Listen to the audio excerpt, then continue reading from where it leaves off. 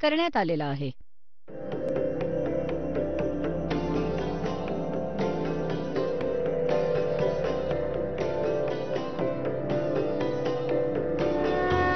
और ज्ञान सब ज्ञानड़ी, कबीर ज्ञान सो ज्ञान, और जैसे घोड़ा तोब कायम करता चले मैदान। जगद्गुरु तत्वदर्शी संत रामपालजी महाराजांचे अमृत वचन सर्व पवित्र धर्मांच्या व पवित्र शास्त्रांच्या आधारावर। सतगुरुदेव की जय। बंदी छोड़ कबीर परमेश्वर जी की जय। बंदी छोड़ गरीबदास जी महाराज जी की जय। स्वामी राम देवानंद जी गुरु महाराज जी की जय हो।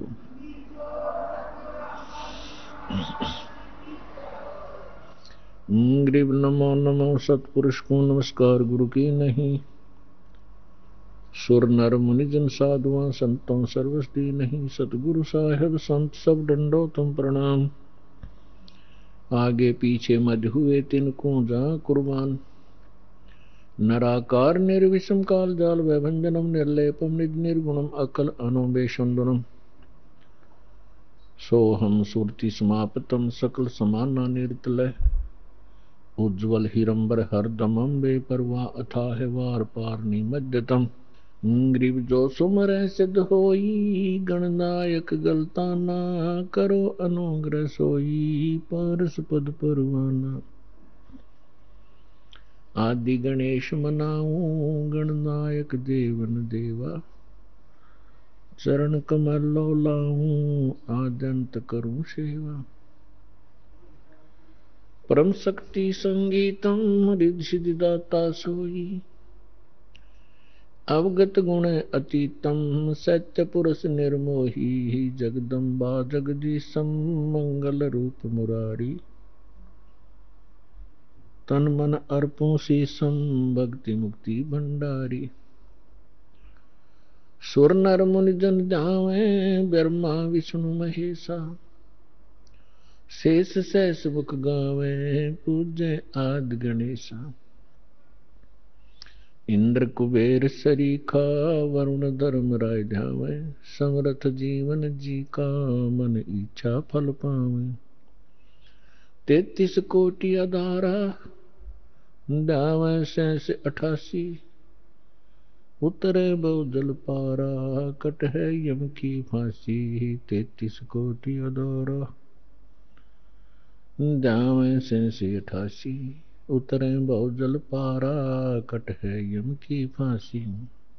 कर जोरूं विनती करूं धरूं चरण पर शीश। गुरु जी राम देवानंद जी महाराज ने दियो नाम बख्शीश। कोटि कोटि सिजदा करूं कोटि कोटि प्रणाम। चरण कमल में राखियो मैं बांधी जाम गुलाम। कुता हूँ गुरुदेव का रामपाल दास का नाम। गले प्रेम की जेवड़ी जाखें चोवा जाऊं मैं। तो करो तो बावड़ू दूर दूर करो तो जाऊं। ज्यों राखो त्यों ही रहूं जो देवो सो खाऊं। जय इब के सत गुरु मिले सब दुख आँखों रो। चरणों ऊपर शीश धरूं कहूं जो कहनी हो। कबीर साईं मिलेंगे पूछेंगे कुशलत। आदि अंत की सब कहूं अपने दिल की बात। गुरु जी तुम ना भूलियो चाहे लाख लोग मिल जाहीं, हमसे तुमको बहुत है, तुम जैसे हमको नहीं। गुरु बिन माला फेरते, गुरु बिन देते दान, गुरु बिन दोनों निष्फल हैं, चाहे पूछो वेद पुराण।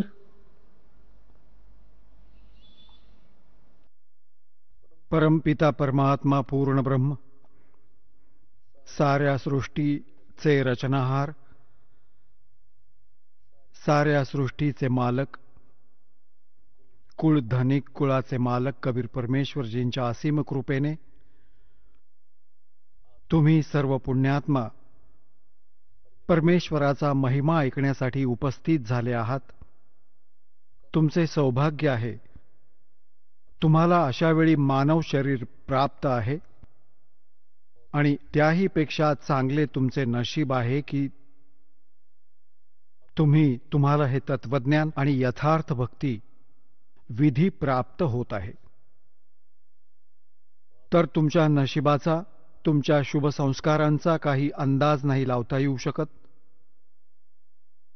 न जाणो तुम्ही कोणकोणत्या जन्मात तुम्ही हे पुण्य संग्रहित केले आहे. लखबर सूरा जूद ही लखबर सांवत दे, लखबर यति जहान में तब सतगुरु शरणाले. तर तुम्ही असे महान आत्मे कोणत्या ना कोणत्या युगात राहिले आहात. तुम्ही परमात्म्यासाठी मोठे मोठे त्याग केले आहेत. तुम्ही राज्यही त्यागले आहे. तुम्ही खूप मोठी बलिदाने दिली आहेत. तेव्हा आज तुम्हाला हा शुभकाळ प्राप्त झाला आहे. धन्य आहेत तुमचे मातापिता ज्यांच्यापासून जन्म झाला. परमपिता परमात्म्याच्या असीम कृपेने तुम्ही इथे पोचले आहात. तुम्हाला जेवढे हे अध्यात्म ज्ञान प्राप्त होत जाईल तेवढेच तुम्हाला सरप्राईज होत राहील. आश्चर्य वाटेल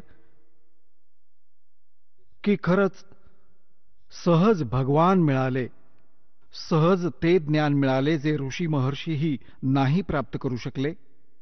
ब्रह्मा विष्णू महेशाला देखील ते ज्ञान प्राप्त नाही झाले जे आज तुम्हाला भगवानांनी प्राप्त करून दिले आणि सहजच करून दिले. आता जर कमी राहिली तर तुमची राहील.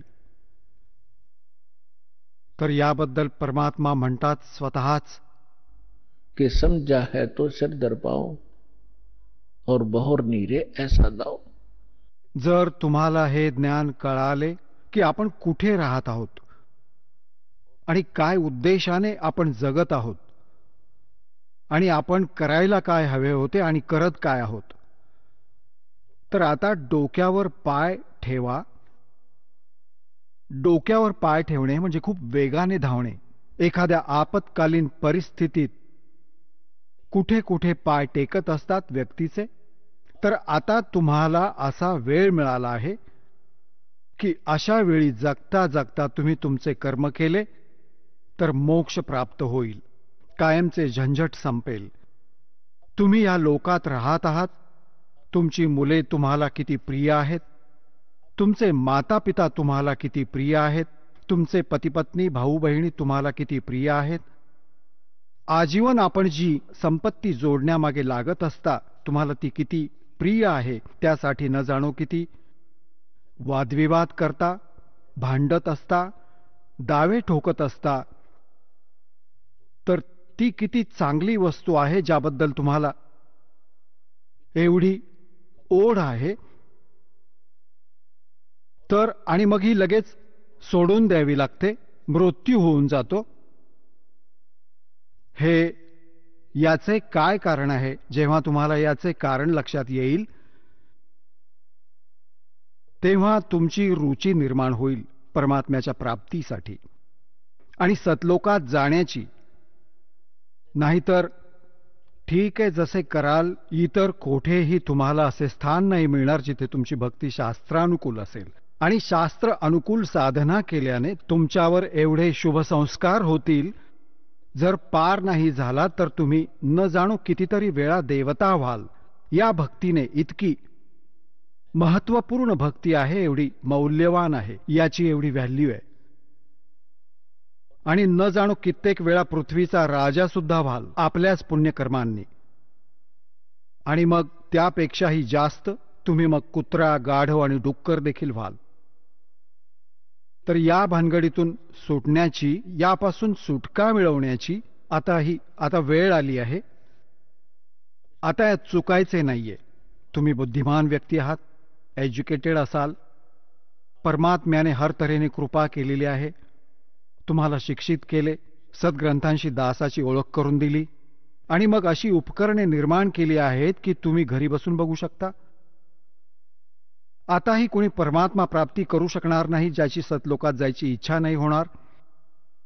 तर तो मनुष्याच्या शरीरात पशूच आहे, मनुष्य नाहीये. ह्या अशा ज्ञानाशी परमात्म्याने तुमची ओळख करून दिली आहे.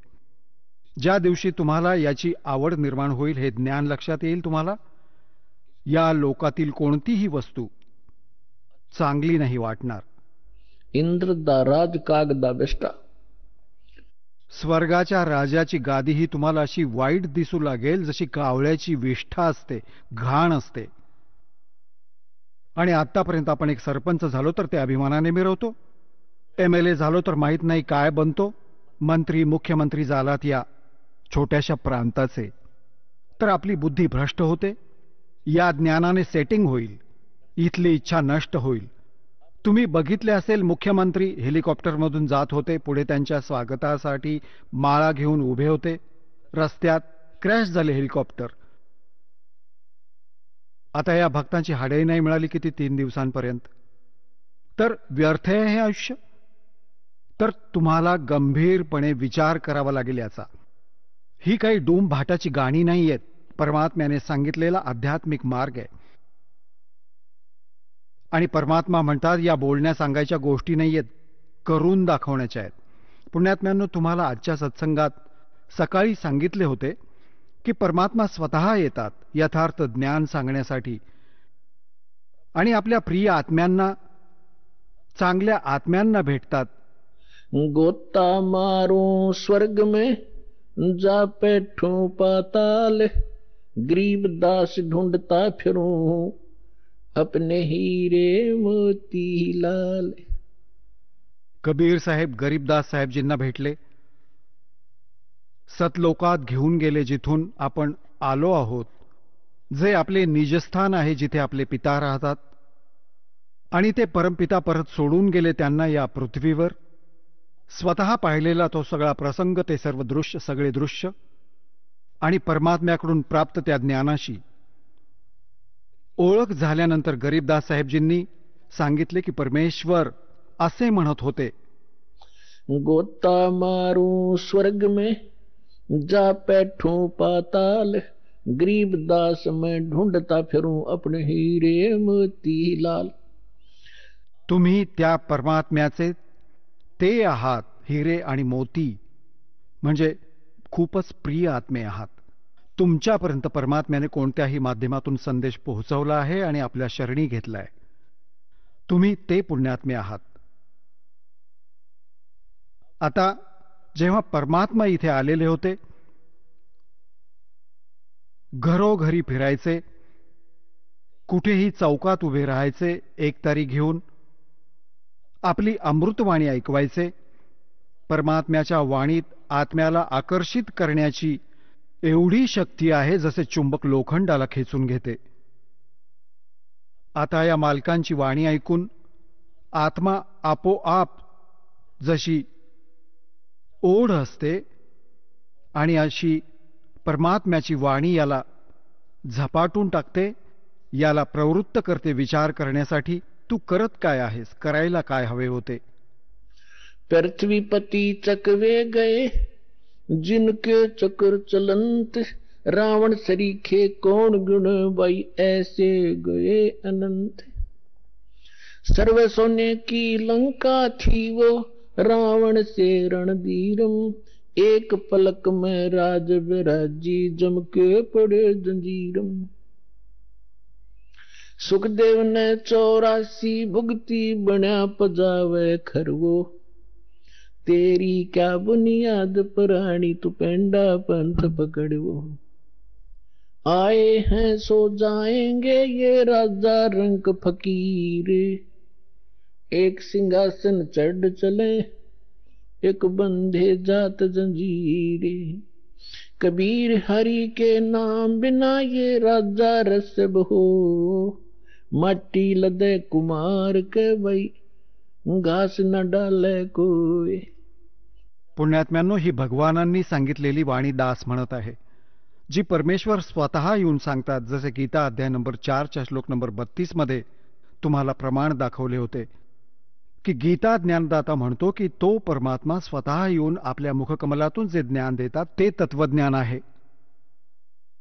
आणि त्या ज्ञानामध्ये ती विशेष माहिती आहे आध्यात्मिक यज्ञांची. यज्ञ म्हणजे धार्मिक अनुष्ठानांची. आणि त्याला तत्वदर्शी संतच सांगू शकतात त्या परमात्म्याच्या त्या तत्वज्ञानाला. तर ही ती तत्वज्ञानाची वाणी आहे जी भगवानांनी सांगून ठेवली आहे. आता आपण हे समजू की आपण वेळीच आता मनुष्य जीवनासारख्याच सुविधा प्राप्त होतात. कुत्र्याच्या आयुष्यात कुत्र्यासारखीच सेटिंग होईल. तर आता आपण हे विसरून जातो की वेळच्या वेळी जेवण मिळते, पाहिजे तेव्हा चहा घेतला, पाहिजे तेव्हा दूध प्यायले, भूक लागली की जेवून घेत असतो. आणि जेव्हा हे शरीर साथ सोडेल, कारण की हे मिळाले याचसाठी होते, या अशा सुविधा, ही अशी बुद्धी दिली होती की तुम्ही यात परमात्मा प्राप्तीचा प्रयत्न कराल. आणि जर परमात्मा नाही प्राप्त केला, भक्ती न करून आणि बाकी क्षुल्लक गोष्टींमध्ये जीवन व्यर्थ करून टाकले, तर मग परमात्मा सांगतात की राजा सुद्धा जेव्हा गाढव बनेल तेव्हा सामान्य जीवाचं काय स्थान असेल, काय लायकी असेल, सहजच लक्षात आलं पाहिजे. मग काय सांगतात परमात्मा? कबीर हरि के नाम बिना ये नार कूतिया हो। गली गली भौंकत फिरे बाई टोक न डाले कोई। परमात्म्याच्या भक्तीशिवाय राजाची राणी ही म्हणतात कुत्रीची योनी प्राप्त करते.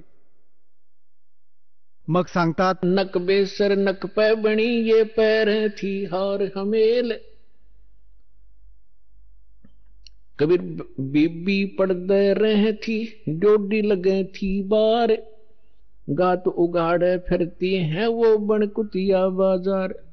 वो पर्दे की सुंदरी सुनो संदेशा मोर। गात उगाड़े फिरती हैं वो करे सरायों शोर। नक बेसर नक पे बनी पैरें थी हार हमेल। अब सुंदरी से कुतिया बनी भाई सुन साहेब के खेल। बायका पडद्यात राहायच्या, या राजांच्या राण्या, मोठ्या मोठ्या घरच्या लेकी सुना. या धनिकांना आपण महान मानत राहिलो. मोठ्या मोठ्या घरच्या लेकी सुना पडद्यामध्ये राहत असत. राजाच्या राण्या पडद्याआड राहत असत. यांच्या पुढे पहारे लागलेले असायचे, कोणतीही गैर व्यक्ती तिथे फिरकू नये म्हणून. आणि त्यात ते आपली इज्जत समजत असत. आता परमात्मा म्हणतात, बीबी पड़दे रह थी और डोढी लगे थी बार। बाहेर म्हणजे दाराच्या पुढे चौकी पहारेकरी उभे राहत असत. और गात उगाड़े फिरती हैं वो बनकुतिया बाजार। वो पर्दे की सुंदरी और सुनो संदेशा मोर। अब गात उगाड़े फिरती हैं वो करे सरायों शोर। नक बेसर नक पे बनी वो पैरें थी हार हमेल। और सुंदरी से कुतिया बनी। कसे स्वरूप बिघडले और सुन साहेब के खेल। आता पुण्यात्म्यांनो, या गोष्टी काही बोलण्या ऐकण्यापर्यंत मर्यादित ठेवायच्या नाहीयेत. या आपल्या हृदयात कोरायच्या आहेत आणि यावर खूप विचार करायचा आहे की परमात्म्याने हे शब्द का उच्चारलेत. विचार करण्यासारखा विषय आहे की ज्या मोठ्या घरच्या लेकी सुना, त्यांना घरातून बाहेर जायला अलाउड नव्हते. त्यांच्या अब्रूचा नाश व्हायचा. आणि ज्या कारणाने त्या सत्संग आणि संतांच्या या विचारापासून वंचित राहिल्या, जेव्हा त्या राण्या होत्या, सुंदर दागिने घालत असत, आभूषणे घालत असत, काजू खिसमिस आणि बदामयुक्त हलवे आणि खीर खात असत, कारण की त्यांच्या पूर्वजन्मीची कमाई शुभसंस्कार त्यांच्या सोबत होते. भविष्यात कोणता चार्जर लावला नाही, भविष्यात कोणी संत त्यांना भेटला नाही, भक्ती करण्याची, ज्ञान ऐकण्याची कोणती संधी न मिळाल्याने त्यांनी मनुष्य जीवन वाया घालवले. काजू खिसमिस बदामाचे हलवे खीर खात असत आणि उष्टे टाकत असत, ते त्यांच्या दासी खात असत. एका परमात्म्याची भक्ती न केल्याने पुढच्या जन्मी ती कुत्रीच्या योनीत जाते. आणि कुत्रीच्या आयुष्याशी तुम्ही खूप परिचित आहात. तरीही परमात्म्याने पुढे सांगितलंय की तीच राणी जी पडद्यामागे राहायची, ज्यांची अब्रू नाश व्हायची सत्संगाला गेल्यामुळे, आता ती अब्रू कुत्री बनून फिरत आहे, निर्वस्त्र फिरत आहे. तर परमात्मा म्हणतात, कुलकर्णी के कारण जो जीव गया बिगो, हिने हिचा बट्ट्याबोळ केला या लोकलज्जेमुळे. और जब यो कुल के कर लेगा, जब तू चार पाया का हो, गाढव होऊन कुत्री होऊन फिरशील, तेव्हा तुला हा परिवार तुला काय आधार देईल. तर यासाठी परमात्मा हे असे असे घाव घालायचे, झोपलेल्या आत्म्यांना जागे करायचे, जागोजागी उभे राहून.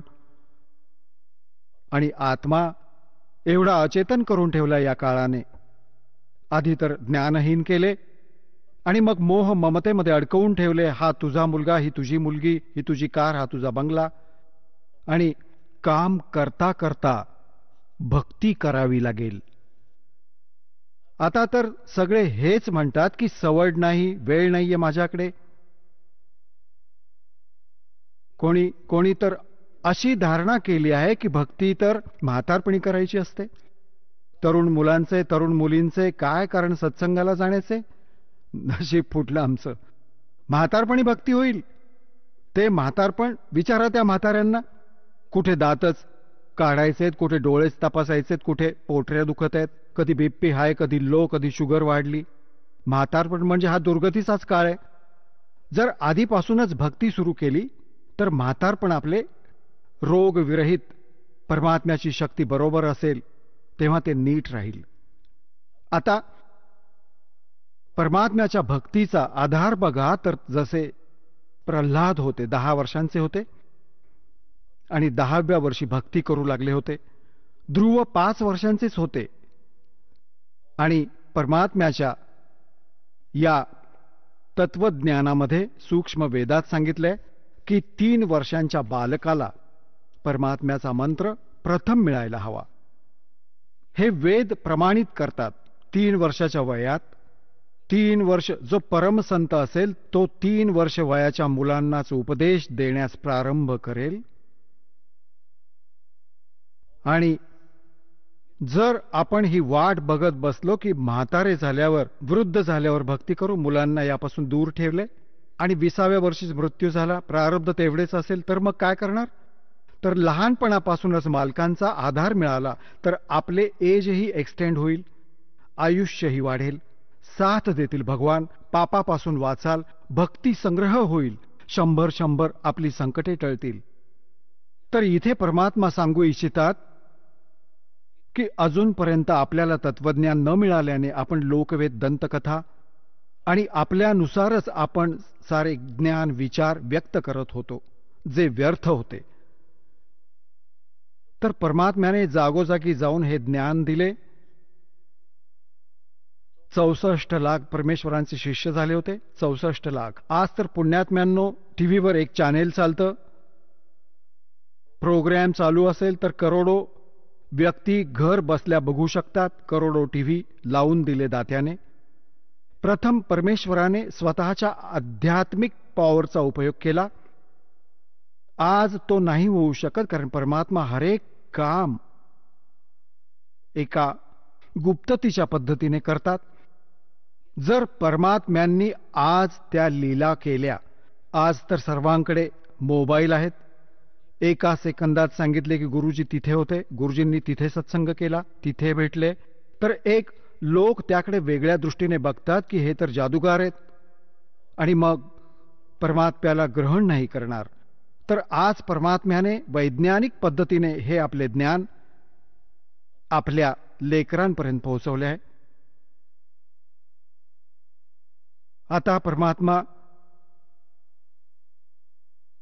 घरोघरी जात असत, सत्संग करत असत आणि परमेश्वराला शरण गेल्याने ते दुःखी प्राणी सुखी व्हायचे. एक ब्राह्मण परिवार होता. त्याची 2 मुले 2 मुली होत्या आणि 4ही मुले मनोरुग्ण, पत्नीलाही प्रेतबाधा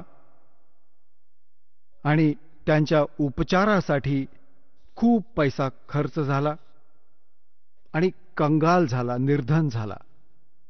सगळे सोयरेही नातेवाईक पण त्यांचा तिरस्कार करू लागले आणि त्यांनी एक रामानंद नावाचे स्वामी रामानंदजी, काशीचे एक प्रसिद्ध संत होते, त्यांच्याकडूनही दीक्षा घेतली आणि त्यांच्याकडूनही ट्रीटमेंट म्हणजे समाधानाची अपेक्षा केली. त्याचवेळी परमेश्वर आलेले होते, एक शिशुरूप धारण करून प्रकट झाले होते. काशी शहरातील लहरतारा नावाच्या एका सरोवरात कमळाच्या फुलावर आपल्या सतलोकातून येऊन बालक रूप धारण केले होते. नीरू आणि नीमा नावाचे जे निपुत्रिक पती पत्नी होते ते परमात्म्याला घरी घेऊन गेले. बरोबर तिथे त्यांचे संगोपन कुमारी गायीच्या दुधाने झाले होते.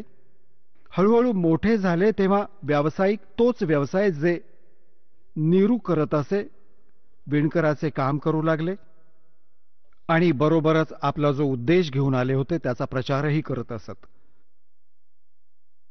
त्याच काळात परमात्म्याने एक लीला केली होती, ती वेगळी गोष्ट आहे, परत कधीतरी सांगू.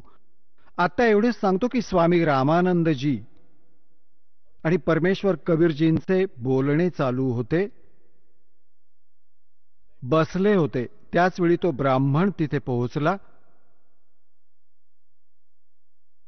आणि तो ब्राह्मण आपले गुरुदेव स्वामी रामानंदजींना म्हणाला की गुरुदेव, मी अतिशय दुःखी झालो आहे, अतिशय आर्त आहे, तुम्हाला शरण आलो आहे, मला काही उपाय सांगा. तर रामानंदजींनी त्याला बरेच सारे जंतरमंतर आणि बरेचसे अजूनही दानधर्माचे उपाय सांगितले होते. त्यानेही त्याला काही उपयोग झाला नाही. तर पुण्यात्म्यांनो, तुम्ही जो कोणी दुःखी प्राणी असतो तो परमात्म्याची मदत घेण्यासाठी संतांकडे जात असतो किंवा त्याला जे कोणी सांगते की तिथे उतारा देतात किंवा कोणी मांत्रिक बसला आहे तिथेही जातात. तर जेवढेही संत आहेत ते आधी आपली क्रिया सांगतात की तुम्ही असे करा, या मंत्राचा जप करा, हे असे दान करा. त्यानेही काही लाभ नाही होत. तर सगळे शेवटी हेच म्हणतात की तुमच्या प्रारब्धात लिखित आहे, अर्थात तुमच्या नशिबात लिहिले आहे, हे तुम्हाला भोगावेच लागेल. मग उदाहरण देतात की जसे भगवान श्री रामाने बालीला मारले होते, जो सुग्रीवाचा भाऊ होता, वृक्षाच्या आडून, आणि त्याची ही भरपाई भगवानाला द्यावी लागली श्रीकृष्ण रूपात. एका शिकाऱ्याने त्यांच्या पायात बाण मारला, विषारी, आणि तेव्हा श्रीकृष्णजींचा मृत्यू झाला. आणि तो मारणारा कोण होता? तो शिकारी, तो बालीचा आत्मा होता आणि श्रीकृष्ण रामाचा आत्मा. तर अशा प्रकारचे उदाहरण देऊन रामानंदजींनी त्या ब्राह्मणाला सांगितले की बाबा, हे तुझ्या प्रारब्धात लिहिलेले आहे, ते कोणत्याही प्रकारे बदलू नाही शकत. मला जे विधी माहीत होते ते मी सर्व सांगितले. त्याच वेळी परमेश्वर म्हणाले, स्वामीजी, तुम्ही मोठे विद्वान आहात, वेद देखील जाणता. काय वेदातही असे नाही लिहिलेले की परमात्मा जीवाच्या सर्व पापांचा नाश करू शकतो? म्हणजे पापामुळेच दुःख आहे का? पाप जे प्रारब्धात लिहिले गेले आहे, नशिबात लिहिले गेले आहे, तर त्याला प्रारब्धाचे कष्ट म्हणतात, संकट म्हणतात, आणि ते भोगावेच लागते, भोगल्यानेच संपते. तर परमेश्वराने प्रश्न केला की स्वामीजी, तुम्ही काय वेदातही असेच लिहिलंय? स्वामीजींनी झटकन सांगितले की हो, असेच लिहिलंय. कोणत्याही वेदात असे प्रमाण नाही की सगळे असेच लिहिलंय की आपली कर्मे भोगावीच लागतील. तर परमेश्वर म्हणाले की यजुर्वेद अध्याय नंबर 8च्या श्लोक नंबर 13 मध्ये बघा स्वामीजी. आता त्यांना तर तोंडपाठच होते. आता पुण्यात्म्यांनो, इथे वीज कोसळलीये. सद्ग्रंथांना तोंडपाठ करून ठेवले होते या ब्राह्मण लोकांनी, आणि यांना कखही माहिती नव्हते की हे सांगत काय आहेत. रामानंदजींचे डोकेच फिरले की एका विणकराचा मुलगा, धाणकाचा पुत्र, कधी याने वेद पाहिलेही नाहीयेत, आणि आज याने मंत्र सांगितला. 104 वर्षांचे त्यामध्ये परमात्म्याचा आणि त्यांच्या जीवनात लीलामय जीवन जे परमात्मा शरीरात दाखवत होते, 99 वर्षांचे अंतर होते. 99 वर्षांनी मोठे होते परमात्म्यांपेक्षा, आणि संपूर्ण जीवनही त्यांनी वेद आणि गीता पुराणांच्या अध्ययनात व्यतीत केले होते. तर परमेश्वर म्हणाले, कबीर साहेब म्हणाले, स्वामीजी, जर प्रारब्धाचे कष्ट भोगायचेच आहेत तर मग या भक्तीची काय गरज आहे? मग आता कोणाच्या संस्कारात दुःख आहे तर ते दुःख तर भोगावेच लागेल. मग भक्ती काय डोक्यावर आपटायची? काय गरज आहे या भक्तीची? कोण करेल भक्ती? काय आवश्यकता आहे परमात्म्याची? ती भक्ती यापेक्षा वेगळी आहे, आणि तो मंत्र माझ्याकडे आहे. आता पुण्यात्म्यांनो, जो दुःखी माणूस आहे त्याला तर संकेत पाहिजे. त्याने लगेच विचारले की तुम्ही कोण आहात भाऊ? हे भगतजी, तुम्ही कुठे राहता? आता त्यांनी लाल कपडे परिधान केलेत, संपूर्ण आयुष्य संस्कृत बोलले, त्यांना तर महाराज समजत आहेत, आणि परमात्मा बसलेत एका सामान्य वेशभूषेत. त्याने विचारले, भगतजी कुठे राहता तुम्ही? तुमचा काय पत्ता आहे? परमात्म्याने सांगितले की बाबा, मी धाणक आहे, विणकर आहे, आणि निरूचा मुलगा आहे. अशी अशी माझी झोपडी आहे, तिथे राहतो. आता परमात्म्याने हे सांगणे यासाठी अनिवार्य मानले कारण ज्याला भगवान हवा असेल तो येईल, आणि जर ब्राह्मणपणामध्ये असेल त्यावेळी स्पृश्य अस्पृश्यता खूप होती, तर आपला बाबा निघून जाईल. तर परमात्म्याकडे तर तो गेला सायंकाळी लगोलग की महाराज मी खूप दुःखी आहे. तर तिथे जेव्हा परमात्म्याकडे गेला तिथे अजूनही बरीच दुःखी माणसे बसली होती, आणि ती आपसात चर्चा करीत होती की मी एवढा दुःखी होतो. परमात्म्याकडून नाम घेतले, अरे भगवान आलेत, हे परमात्मा आहेत, तुम्ही त्यांना विणकर नका समजू, ते धाणक नाहीयेत. आता ज्यांच्याकडून दुःख कटत असतील त्यांना कसं म्हणेल हा तर साधा माणूस आहे. तर ती व्यक्ती ती पोचली तिथे. ब्राह्मण जेव्हा तिथे बाजून भक्त बसलेले सांगत होते, भगवान आले जेव्हा सत्संगाचे आयोजन केले होते त्यांच्यासोबत दुसरे बाजूला बाहेर मैदानात, तर त्या ब्राह्मणाचे मनोबल वाढले. आता जेव्हा हे भक्त म्हणत आहेत म्हणजे काहीतरी मार्ग सापडेल.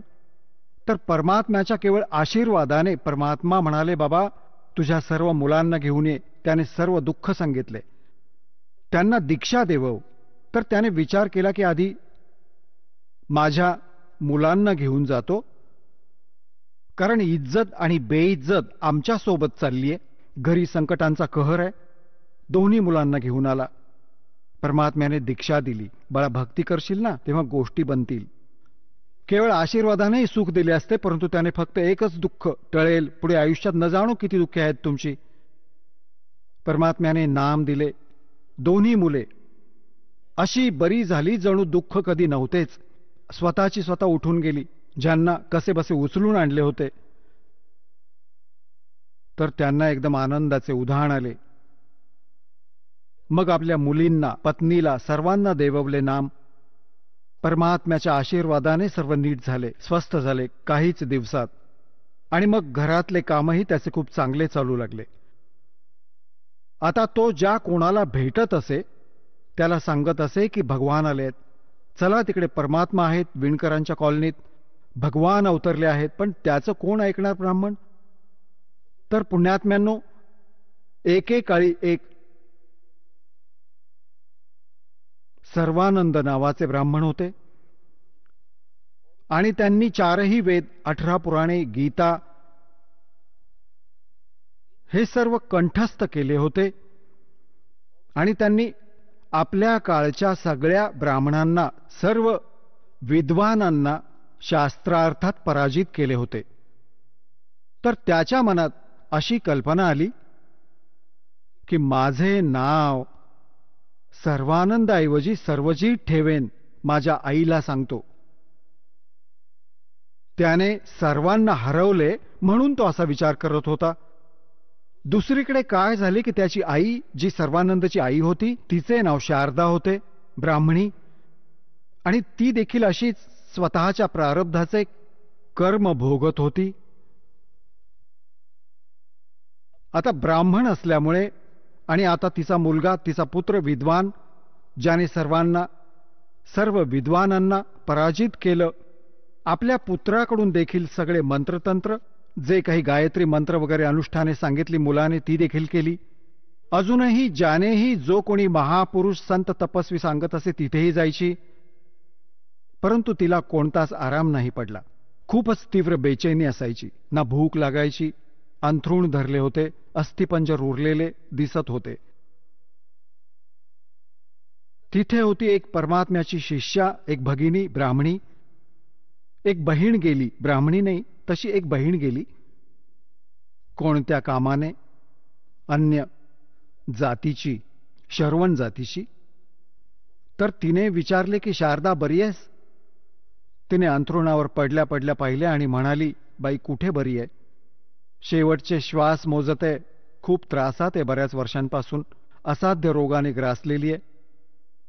ती परमात्म्याची शिष्या मुलगी म्हणू लागली की ताई कुठे दाखवली नाही का तुम्ही? अगं सगळे डॉक्टर झाले, वैद्यांकडून चेक करून घेतले आणि कोणतेही साधू संत आसपासचे नाही सोडले. सर्वांनी सांगितले की तुझ्या प्रारब्धाचे भोग आहेत, तुला भोगावेच लागतील. ती बहीण म्हणाली की जर तुम्ही वाईट वाटून घेणार नसाल तर मी सांगू, एक महापुरुष आले आहेत. ती म्हणू लागली, सांग कोण आहेत? की माझ्या गुरुजींकडून दीक्षा घे. मी सुद्धा आधी खूप त्रस्त होते, तुमच्यापेक्षाही खूप वाईट हाल होते माझे. फक्त माझेच नाही, माझ्या मुलांचेही हेच हाल होते. माझे पतीही त्रस्त होते, प्रेतबाधा होती आणि मला असाध्य रोग होता. त्या गुरुजींकडून दीक्षा घेताच आणि आम्ही पूर्ण बरे झालो. 2 वर्ष झाली आम्ही आमचे आयुष्य जगत आहोत. आता शांत झोपतो, वेळेत उठतो. तर उठून बसली शारदा की बाबा आज काही आशेचा किरण दिसत आहे. तर तिने विचारले की कोण आहेत तुमचे गुरुजी, मलाही सांग. तर त्या बहिणीने सांगितले की कबीर नाव आहे त्यांचे आणि विणकर कॉलनीत राहतात. म्हणू लागली ती तर की विणकर धानक आहेत ते? तर म्हणाली हो धानक आहेत. परत पडली जशीच्या तशी खाटेवर. म्हणाली नाही, आम्ही ब्राह्मण आहोत आणि ते एक धानक, अब्रूचा नाश होईल, मी नाम नाही घेणार. तर त्या बहिणीने खूप समजावली की बघा मी ज्ञान ऐकले त्या परमेश्वराचे. आज तुम्ही ब्राह्मणी आहात आणि मृत्यूनंतर तुम्ही इतर जातीतही जन्म घेऊ शकता. तुम्ही पशुयोनीतही जाल, तेव्हा कुठे जाईल ही जात तुमची? तर म्हणू लागली की ताई तुम्ही जा, बस फालतू गोष्टी नका करू. यापेक्षा मला मरण आले तरी बरे होईल. तर पुण्यात्म्यांनो, परमात्मा म्हणतात, राज तजना सहज है, सहज तरिया काने, और मान बढ़ाई ईर्षा, ये दुर्लभ तजनाई. ती निघून गेली. काही दिवसांनी तो ब्राह्मण जो परमात्म्याला शरण येऊन बरा झाला होता. पुण्यात्म्यांनो, तुम्ही तर बालक आहात, दास त्या भगवानाशी परिचित आहे. तुमच्यासाठी जो परमात्मा भटकत आहे ना, तुम्ही तर एका अबोध बालकाप्रमाणे वारा वाईल तशी पाठ फिरवता आणि ते पिता माता मागे मागे पळत राहतात. खड्ड्यात पडेल हा, उचलावे पळत जाऊन बाळाला. आज तुम्ही एवढे लहान आहात. या भगवानाच्या मार्गात आणि या आपल्या अध्यात्माच्या मार्गात कबीर साहेब म्हणतात, मैं रोवत हूं सृष्टि को और या सृष्टि रोवे मोहे. गरीबदासजी म्हणत आहेत, परमात्म्याशी परिचित ज्ञानाच्या आधारे भगवानांची वाणी सांगत आहेत. गरीबदास इस योग को समझ नहीं सकता कोई. सो चलचिदर मैं करूं अपने जन के काज. ज्या प्रिय आत्म्यांना शरण जायचं यांना न जाणो काय कारण बनवतील त्यासाठी. तर तो ब्राह्मण निघून गेला. तो जवळचा नातेवाईक देखील होता त्यांचा. पूर्वी दूर प्रदेशातून येणं जाणं महिनोन महिने नाही व्हायचं. 6-6 महिने, 2-2, 1-1 वर्ष सरायचं नातेवाईकांकडे यायला जायला. तर तो ब्राह्मण त्याच काशी शहराच्या आसपास कोणतं गाव होतं त्या गावी राहणारा होता. आणि शारदा बनारस मध्ये काशीला राहत होती.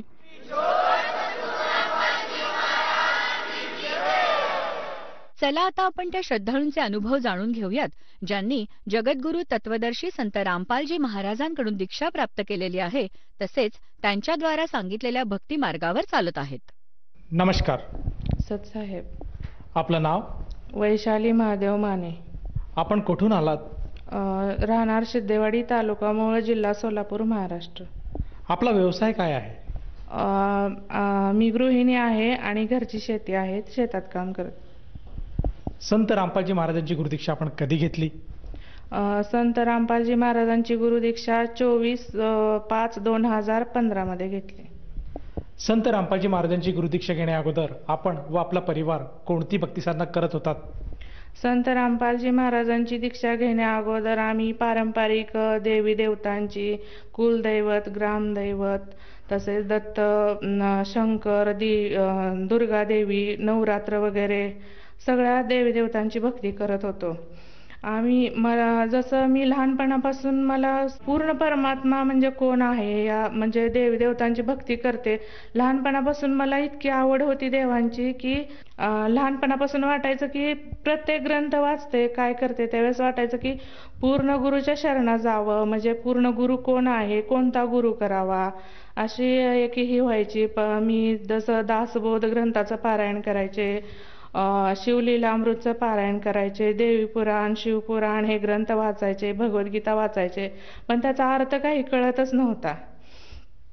मग मी परत नंतरनं लग्न झाल्यानंतर मला इतका त्रास व्हायला लागला. लग्ना अगोदर मला 1 रुपयाची गोळी पण नव्हती. लग्न झाल्यानंतर मला त्रास व्हायला लागला. मग ग्रामदैवत आमचं, त्या देवाकडे गेलं तर तिथं पण काही फरक पडेना. मग नंतर आम्ही क्षेत्र नारायणपूरला, तिथं दत्ताच्या तिथं जात होतो. तिथं पायी चालत वाऱ्या केल्या.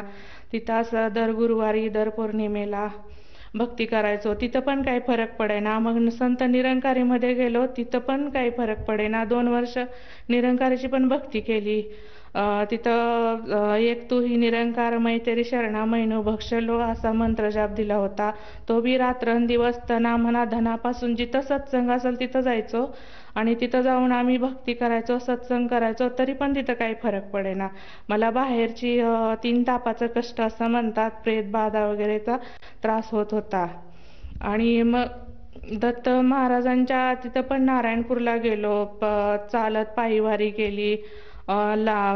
चतुर्थी, पौर्णिमा, सोमवार, गुरुवार असे जे जे देवी देवतांची भक्ती येईल ती मी सगळं व्रत वैकल्य करायचे. तरी पण मला तिथं मनाची शांती होत नव्हती की मला म्हणजे अजून कुठेतरी काहीतरी चुकतंय. लहानपणापासून वाटायचं की मी असं तीन वेळे जर असं जेवण करतो आपण, 3 वेळा रोज हे करतो, तसं 3 वेळाची उपासना करावी, साधना करावी आणि आपल्या जीवनाचं सार्थक कसं व्हावं. भक्तीत पण मला 3 वेळा असं नित्यनेमाने जे काय करेल ते असं करावं वाटायचं. पण ते जिथं जाईल तिथं माझी काही मनोकामना पूर्ण होत नव्हती. जसं आपण सांगत आहात की अगदी लहानपणापासूनच आपल्याला परमेश्वर प्राप्तीची ध्यास होते, त्याचप्रमाणे परमेश्वर कसा असतो, कुठे मिळेल याबद्दल आपल्याला चिंता असायची. त्या अनुषंगाने आपण जी महाराष्ट्रामध्ये भक्ती साधना आहे, मंदिरात जाणे, व्रतवैकल्य करणे, त्याचप्रमाणे जे आपले गुरु आहेत, जी संत मंडळी आहेत, त्यांच्याकडनं सुद्धा आपण अनुग्रह घेतला होता. तर मला असं विचारायचं आहे की संत रामपालजी महाराज यांच्याबद्दलचं माहिती किंवा त्यांचं ज्ञान काय आहे हे आपल्याला कसं कळालं आणि आपण त्यांच्या शरणात कसे आलात? मी एकदा म्हणजे माझ्या मावशीच्या गावाला गेले होते. तिथं मग मला पुस्तक वाचायचा भरपूर छंद होता. मी पारायण वगैरे करायचे आणि मग तो भाऊ हे होता म्हणजे त्याला पुस्तक मिळालेलं होतं. त्यांनी कचऱ्यात टाकून दिलेलं होतं. ह्या पुस्तकात वेगळंच आहे, काहीतरी आहे. मग मी वहिनींना म्हणले की मला एक पुस्तक द्या. मग कोणतं वाचायला तर वहिनी म्हणल्या ह्याच्यात तर वेगळंच आहे, असं करायचं तसं करायचं. मग मी त्यांच्याकडून ते आज जाणून बुजून घेतलं की वेगळं ज्ञान आहे म्हणल्यानंतर काहीतरी मला ह्यात सापडेल. म्हणून ते पुस्तक घेतलं मी आणि ते पुस्तक हळूहळू वाचता वाचता मला त्या पुस्तकाची गोडी लागली आणि त्याच्यातला अर्थ समजू लागला. मग मी 4 वेद, देवी पुराण, शिवपुराण, भगवद्गीता सगळे ग्रंथ आले. अगोदर तर हे बाकीचे ग्रंथ वाचलेलेच होते, पण ते ग्रंथ आणून त्या शब्दाला शब्द, ओवीला ओवी मिळवून 5 वर्ष मी त्याचा पूर्ण अभ्यास केला. संत रामपालजी महाराजांचं मिळालेलं ते पुस्तक, त्या पुस्तकाचं नाव होतं भक्ती सौदागरा संदेश. आणि ते पुस्तक घेऊन त्याचे पूर्ण सगळं विश्लेषण केलं. ते माझ्या तोंडी पाठ झालेलं होतं आणि मग नंतर हळूहळू मला काही त्रास व्हायचा, काही कमी येईना.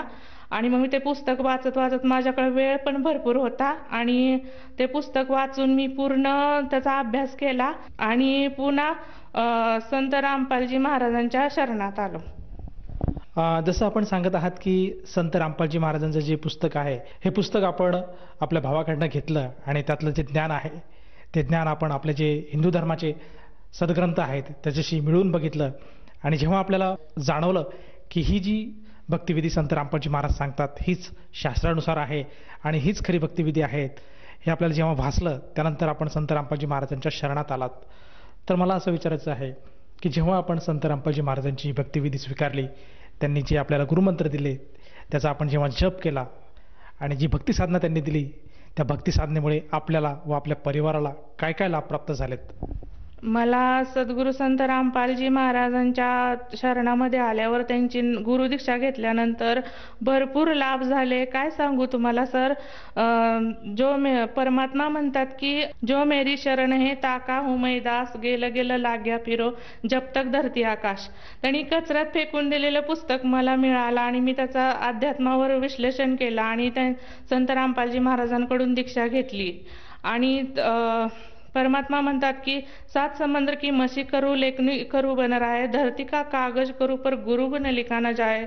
इतकं मला अनुभव दिला आणि लाभ दिलेत परमात्माने की त्याचं विश्लेषण करताना थकून जाईल. परमात्माचे इतकं लाभ दिलेत. मला इतका त्रास होत होता लग्न झाल्यापासून.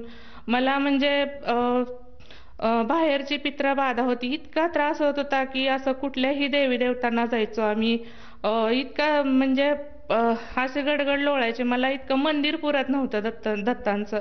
कुठं जाईल तिथं मला काहीच कळत नव्हतं. की परत नंतर दुसरे सांगायचे मला की बाबा तुला असा असा त्रास होत होता. ज्यावेळेस मी संध्याकाळी बेशुद्ध पडायचे त्रासात आणि सकाळी उठल्यानंतर जोपर्यंत मी शुद्धीवर येत नाही तोपर्यंत मला कळतच नव्हतं की मी काय करते, कुठं जाते, कसं आहे, काहीच कळत नव्हतं. म्हणजे इतका त्रास व्हायचा की मुलांना तर त्या वेडात इतकं मारायचे की बास. म्हणजे आमच्या घराची परिस्थिती इतकी बिकट होती. आम्ही 5 वर्ष घर सोडून गेलो होतो. पूर्ण परिवार, शेती, जागा सगळं सोडून पूर्ण परिवार आम्ही दुसऱ्या गावाला जाऊन राहिलो होतो. तिथं गेल्यानंतर 5 वर्ष असंच काढले. इकडं जा तिकडं जा करत करत कुठल्या ह्या देवाला सांगितलं. सगळं जिथं जाईल तर त्यांनी हात वर केले की माझ्या या वाक्याच्या बाहेरची गोष्ट आहे ना, आता तुझ्या नशिबात एवढंच आहे. आणि असं करता करता मला थायरॉइड, BP, शुगर असे काही एक रोग उद्भवले आणि मग नंतर माझी परिस्थिती आणखीच बिकट झाली. रोज दवाखान्यात नेणं, रोज वगैरे सगळं चालू झालं. एक मुलगा दवाखान्यातून आणला की दुसरा आजारी पडायचा, त्याला आणलं की तिसरं पडायचं, कधी मी पडायचे.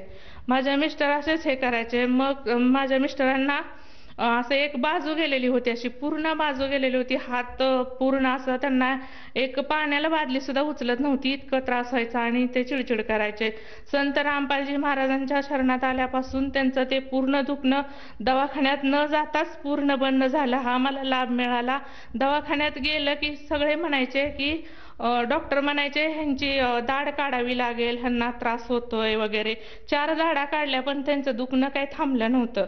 पण रामपालजी महाराजांच्या शरणात आल्यापासून ते कधी कमी आलं न दवाखान्यात जाता आणि कधी काय झालं ते पूर्ण असं बंद झालं. आणि सद्गुरू संत रामपालजी महाराजांच्या शरणात आल्यानंतर मला जो त्रास होत होता की मी असं गडगड लोळायचे, परत नंतर असं काहीच कळत नव्हतं की मला अख्खं मंदिर सुद्धा पुरत नव्हतं की मला मी शुद्धीत आहे का नाही, मी कुठं आहे, कुठं गेले, काहीच कळत नव्हतं. मुलांना मारायला लागली, कोण म्हणजे माणूस कोण माझ्याजवळ येत नव्हतं आणि कोण परिवार सुद्धा येत नव्हता. मी प्रत्येक हर गोष्टीला प्रत्येक देवाकडे गेलं, कुणी म्हणायचं इकडं जा, कुणी तिकडं जा, पण मी सगळीकडे गेले, पण सगळे जिथं जिथं जाईल तिथं सगळ्यांनी हात वर केले आणि म्हणले की ह्या आमच्या आवाक्याच्या गोष्ट बाहेरची गोष्ट आहे आणि तुझ्या हे कर्मातच आहे.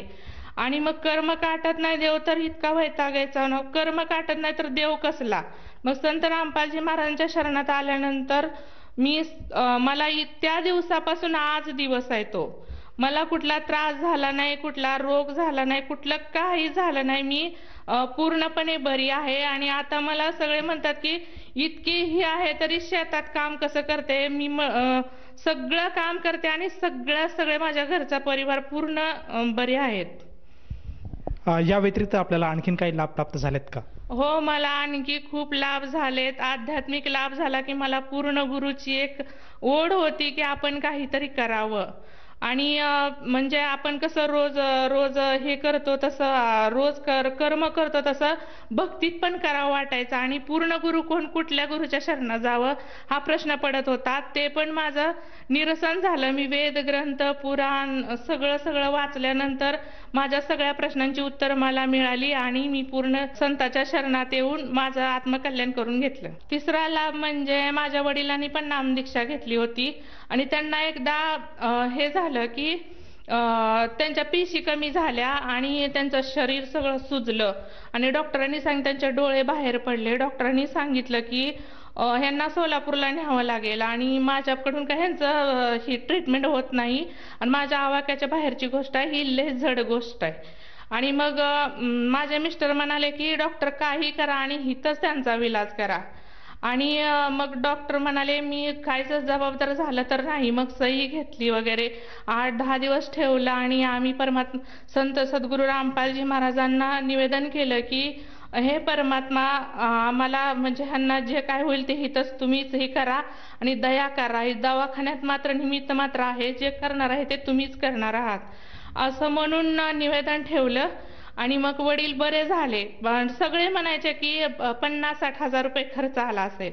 परमात्माने असं केलं की फक्त इतकं 8-10 दिवस राहून फक्त वडील त्याच दवाखान्यात आणि तिथंच नीट झाले आणि संत सद्गुरू रामपालजी महाराजांच्या शरणाने आणि फक्त 10-12 हजार रुपये खर्च आला. तो एक वडिलांना जीवदान मिळालं आणि पूर्ण लाभ झाला त्यांना पण संत सद्गुरू रामपालजी महाराजांच्या कृपेनं. मला थायरॉइड होता, त्या त्रासामध्ये मला थायरॉइड झाला, BP झाला, शुगर सारखं थोडं जरी कुणी बोललं तरी राग आला तरी मला लगेच ऍडमिट करावं लागत होतं दवाखान्यात नेऊन आणि साखर खायची नाही वगैरे खूप त्रास होत होते. मग एकदा थायरॉइडने इतका त्रास व्हायचा की मला काहीच कळत नव्हतं. मग मी सद्गुरू संत रामपालजी महाराजांना निवेदन केले की हे परमात्मा सगळ्याचे इतके दुःख दूर करता, तुम्ही माझं पण हे दुःख तुम्ही दूर करा आणि जे काय आहे मी इथून पुढे दवाखान्यात जाणार नाही, जे काय आहे तुम्हीच पूर्ण करू शकता. आणि असं म्हणून सद्गुरू संत रामपालजी महाराजांना निवेदन केलं आणि माझा थायरॉइड, BP, शुगर सगळे रिपोर्ट नॉर्मल आले. आणि पुढचा एक आध्यात्मिक लाभ म्हणजे मी माझी मुलं सगळी आजारी पडत होती सगळ्यांना. आणि मग आम्ही बाहेरच्या गावी राहायला गेलो होतो 5 वर्ष. तिथून परमात्माने आम्हाला गावी आणलं. गावी आणल्यानंतर तिथं आमची सगळी व्यवस्था करून आम्हाला पाण्याची गरज पडली का पाण्याची गरज भासली. मग परमात्माला म्हणलं, सद्गुरू संत रामपालजी महाराजांना निवेदन केलं की हे परमात्मा आता तुमच्या दासांना पाण्याची गरज पडली, त्याची दया करा म्हणलं तेवढं. आणि एका तासात दुसऱ्याच्या शेजारी बोर आलेला होता, तिथं दोघांचं ठरलं की बोर घ्यायचा का. आणि रामपालजी महाराजांना तिथेच दंडवत प्रणाम करून बसलेल्या जागीच तिथं बोर घेतला मागून आणि तिथं कुठं मारायचं म्हणून तिथंच मागितलं. आम्ही पाणी बघितलं नाही, कुठं गेलो नाही, काय नाही. आणि दया झाली परमात्माची. एका तासात पाणी इतकं व्हायला लागलं की बास, म्हणजे पूर्ण परमात्माने त्या बोरचं पाणी आता संपतच नाही, इतकी दया केली. आणि परत नंतर आता घर, मग माझ्या घरी 4-5 माणसांचं घर होतं छोटंसं. आणि मग मी संत रामपालजी महाराजांना म्हणलं की परमात्मा एवढी दया झाली, म्हणलं सगळं केलंय म्हणलं. आणि लोक आम्हाला म्हणायचे की तो एवढं देवाचं सांगतो, ह्याला राहायला तरी घर आहे का, असं चिडवायचे. आणि मग सगळे म्हणायला लागल्यानंतर मी म्हणलं परमात्मा तुम्ही बघा आता तुमच्या लेकरांचं कसं करायचं ते. परमात्माने घर सुद्धा दिलं. आणि आध्यात्मिक, शारीरिक, मानसिक त्रास तर इतके होते की मला लोक म्हणायचे की, सगळे म्हणायचे की बाई ही मुद्दाम करती, हिला त्रास होत नाही, हिला काय होत नाही. सगळ्या मुलांना त्रास व्हायचा, घरच्यांना, माझ्या एकटीमुळे सारा परिवार माझा विखुरलेला होता. आई वडिलांना त्रास व्हायचा. सगळे म्हणजे जिथं जाईल तिथं इतका खर्च झाला वगैरे सगळं झालं. पण परमात्माच्या दयेने आता जितकं कर्ज झालेलं होतं ते सुद्धा आमचं पूर्ण नील झालं. इतके लाभ झाले. आणि पावलोपावली क्षणोक्षणी संत रामपालजी महाराजांच्या दयेने आम्हाला लाभ होतात की कधी कुठं कुणाच्या पुढे हात पसरायची सुद्धा गरज लागत नाही. ताई, जसं आपण सांगत आहात की जेव्हा आपल्याला संत रामपालजी महाराजांची सद्भक्ती मिळाली आणि जे गुरुमंत्र मिळाले, त्या गुरुमंत्रामुळे आपल्याला व आपल्या परिवाराला असंख्य असे लाभ प्राप्त झालेत. शारीरिक, मानसिक, आर्थिक, भौगोलिक या प्रत्येक क्षेत्रामध्ये आपल्याला संत रामपालजी महाराजांकडनं दया प्राप्त झाली आणि आपल्याला बरेचसे लाभ प्राप्त झालेत. तर ह्या अनुषंगाने आपण आपल्या ज्या मैत्रिणी आहेत किंवा जे आपले आप्तेष्ट आहेत, नातलग आहेत आणि जो श्रोता समाज, जो भक्त समाज, श्रद्धाळू वर्ग आज आपल्याला टीव्हीवर बघत आहेत, त्यांना आपण काय संदेश द्याल? मी संदेश तर देऊ शकत नाही. संदेश तर पूर्ण परमात्मा संत रामपालजी महाराज देऊ शकतील. पण मी एक सगळ्यांना हात जोडून नम्रतेची विनंती करून प्रार्थना करते की सगळ्यांनी आपल्या आपल्या वेदग्रंथात बघा, आपला पूर्ण परमात्मा कोण आहे सगळं हे करून आपण आपले दुःख निवारण्यासाठी तर विश्लेषण करून संत रामपालजी महाराज टीव्ही मध्ये बोट ठेवून वेदग्रंथातलं सगळं सांगतात. आपण भक्ती कशी करतोय, काय करतोय, कुठे करतोय हे आपल्याला प्रत्येक जणाला प्रश्न पडलेले असतात. ते प्रश्न निवारण करण्यासाठी सगळ्यांनी एकदा सत्संग बघून संत रामपालजी महाराजांच्या शरणात यावे, हीच माझी नम्रतेची विनंती आहे. जसं आपण सांगत आहात की प्रत्येकाने संत रामपालजी महाराज जे आज या पृथ्वीवर जे ज्ञान देत आहेत त्या ज्ञानाला समजून घेतलं पाहिजे आणि संत रामपालजी महाराजांची सद्भक्ती स्वीकारायला हवी. तर या अनुषंगाने जर कोणा साधकाला वाटलं की आपण सुद्धा संत रामपालजी महाराजांची नामदीक्षा घ्यावी, तर तो साधक ती नामदीक्षा कशी घेऊ शकेल? सद्गुरू संत रामपालजी महाराजांची नामदीक्षा भारताच्या, महाराष्ट्राच्याच काय भारताच्या, जगाच्या कानाकोपऱ्यातून प्रत्येक ठिकठिकाणी तुम्हाला संत रामपालजी महाराजांचे नामदान केंद्र आहेत. तुम्ही कुठं जिथं असेल तिथं तुम्हाला नामदान केंद्रावर तिथं दिलेल्या टीव्हीच्या स्क्रीनवर येतात, फोन नंबर येतात. त्या फोन नंबर तिथं करून तुम्हाला तुमच्या जवळचं नामदान केंद्र बघून त्याच्यावर दीक्षा दिली जाते. जसं तुम्ही सांगत आहात की संत रामपालजी महाराजांच्या दयेने आज महाराष्ट्रामध्ये नव्हे तर जगामध्ये प्रत्येक जिल्ह्यामध्ये नामदान केंद्राची सुविधा उपलब्ध आहे आणि त्या साधकाला तेथे जाऊन नामदीक्षा प्राप्त होऊ शकते. तर तो साधक जेव्हा त्या नामदीक्षेसाठी त्या नामदान स्थळावर जाईल तर त्या साधकाला तेथे किती पैसे मोजावे लागतात? त्या साधकाला 1 रुपया सुद्धा खर्च करावा लागत नाही. उलट भक्ती करण्याचे फोटो, एक पुस्तक आणि परमात्माचे जे भक्ती करायचे साहित्य आहे ते फ्री मध्ये दिले जाते. 1 रुपया सुद्धा खर्च करावा लागत नाही. धन्यवाद सतसाहेब.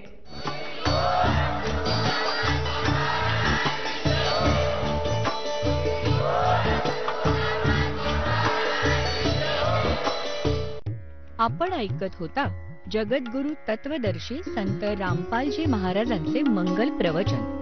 निःशुल्क नामदीक्षा प्राप्त करण्यासाठी आणि अधिक माहितीसाठी संपर्क करा 7030303951 7030303952. आमची वेबसाईट आहे www.jagadgururampalji.org. सर्व पवित्र धर्मांच्या व पवित्र शास्त्रांवर आधारित प्रमाणित अनमोल पुस्तक ज्ञानगंगा किंवा जगण्याचा मार्ग यापैकी कोणतेही एक पुस्तक निःशुल्क मागवण्यासाठी आम्हाला आपले पूर्ण नाव, पूर्ण पत्ता, पिनकोड सहित आणि फोन नंबर लिहून 7030303951 7030303952 नंबरवर SMS करू शकता किंवा आम्हाला 7030303950 नंबरवर व्हॉट्सअप देखील करू शकता.